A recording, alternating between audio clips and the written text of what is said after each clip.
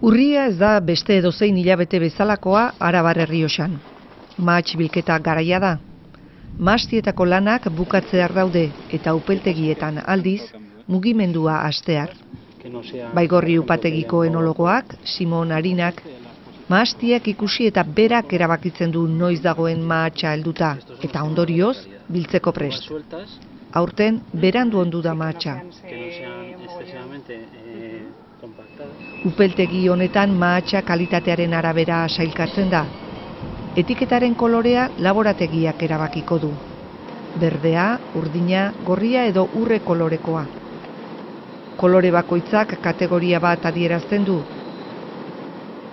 Lehen gaia hautaketa mahaietatik pasatzen da. Egoera txarrean dauden mahatso mordoak baztertu egiten dira eta ardoa egiteko prozesua abian jarri. Eman beharreko lehen urratsa gordailuak betetzea da. Hartzidura alkoholikoari esker muztioa ardo bihurtuko da upel erraldoi horietan.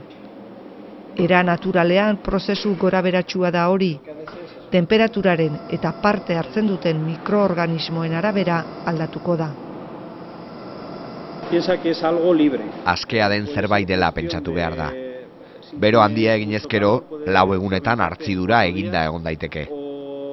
Hotz handiarekin berriz, astea kostatu eta hilabete pasa daiteke. Ekoizpen industriala egiten duten upategietan ordea, hartzidura prozesua kontrolatu egiten da. Horretarako legamiak gehitzen zaizkio muztioari. Gehitutako legamiek hartzidura gidatuko dute eta aurten lehenengo aldiz, Arabar Errioxako upeltegiek bertako legamia erabiliko dute. Arabar Errioxako mahastegietako tempranillo mahats barietatea izan zen lanaren abiapuntu. Legamiak mahatsaren azalean bizi dira. Arabako mahastegietatik mahats laginak hartzea izan zen beraz lehen urratsa. Mikroorganismoak Buserbiot enpresaren laborategian karakterizatu ziren. Enpresa horretan isolatu eta ekoiztu baita legamia indigena. Munduko upeltegi gehienetan legami komertzialak erabiltzen dira fermentazio de hartzidura bukatzeko. Ez bertokoak, ez? Adibidez, o Frantziakoak edo Australiakoak eta mundu osoan erabiltzen dira berdinak, ez? Gertatzen dena esaten nuen bezala, bertako mahastietan dauden legamiak dira hobetoen egokitzen direnak bai baldintza klimatiko, mahatsa eta mostoaren baldintzetara, ez? Orduan, horregatik guri izan zen gure nahia bertoko legami bat isolatzea. Ikerketa egitasmoak 600 legamia aztertu zituen. Necesitas mucha cantidad de... Baiketa oso neketsua izan da, lagin kopuru handia bilatu nahi izan dugulako. Zenbat eta aldakortasun handiagoa, orduan eta emaitza esanguratsu gehiago. Lan neketsua izan da. Legamiari jokabide jakin batzuk eskatu zitzaizkion. Legamia kopuru handiekin lan egiteak aukera eman zuen jokaera desegokia erakusten zutenak baztertzeko. Horretarako, laborategietan ardogintza prozesua birsortzen da. Ardogintza prozesua bizkortzeko laborategian inkubagailuak erabiltzen dira. Hartzidura behar bezala egitea da legamiari eskatu zitzaion lehen baldintza.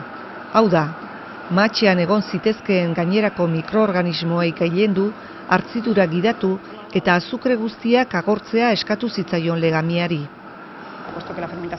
Hartzidurari esker, azukrea etanol eta CO2 bilakatzen da. Ondorioz, prozesua bukatzen ez dugu azukrerik izan behar. Legamia gai izan behar da azukre guztia kontsumitzeko eta etanol eta CO2 bihurtzeko. Eta gero lurrin eta gustuaren aldetik zenbait gauza gehitu. Muztioa ardo bihurtzean, legamiek lurrin sekundarioak eransten dizkiote edariari. Ardoaren lurrin sekundarioak legamien ekarpena dira beraz. Nahi genuena da, eta enologoek ere nahi zutena zen, bertako aroma barietalak, lehen gaiaren, mahatsaren lehen gaiaren ezaugarriak mantentzea edo indartzea. El tempranillo se caracteriza... Tempranillo mahatsak fruta ukitua du. Horren bila joan gara, legamiak ere fruta ukitu hori adieraztea nahi genuen. También expresara esa parte frutal. Laborategian bertan egiten diren dastaketa proben zein analisien bidez, ezagutu daitezke legamiak ekartzen dituen aromak. Laborategian isolatu, hautatu eta genetikoki identifikatutako legamiak upeltegietan probatu ziren. Upeltegian 4 legamia probatu zituzten, baina guztiek ez zuten proba gainditu.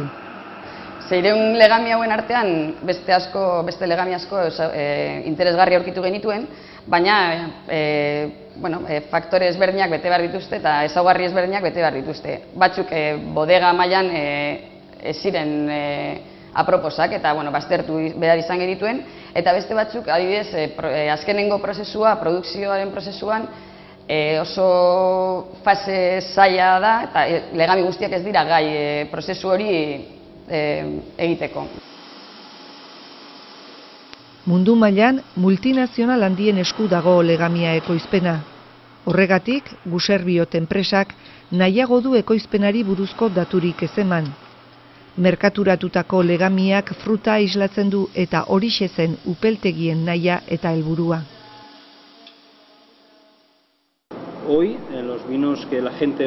Fruta agerian dagoen ardoak nahi ditu jendeak. Upelean ondutako ardoetan ere fruta bilatzen da. Eta hori da legamiari eskatzen dioguna. Horren aldeko apustua egin dugu. Legamia berdina erabiliz, Argentinan eta Australian egindako ardoek lurrin berak adierazten dute. Ikaragarria da horretaz konturatzea. Arabar Errioxan dugun mikrobioflora naturalean oinarrituta, ardo ezberdinen aldeko apustua da gurea.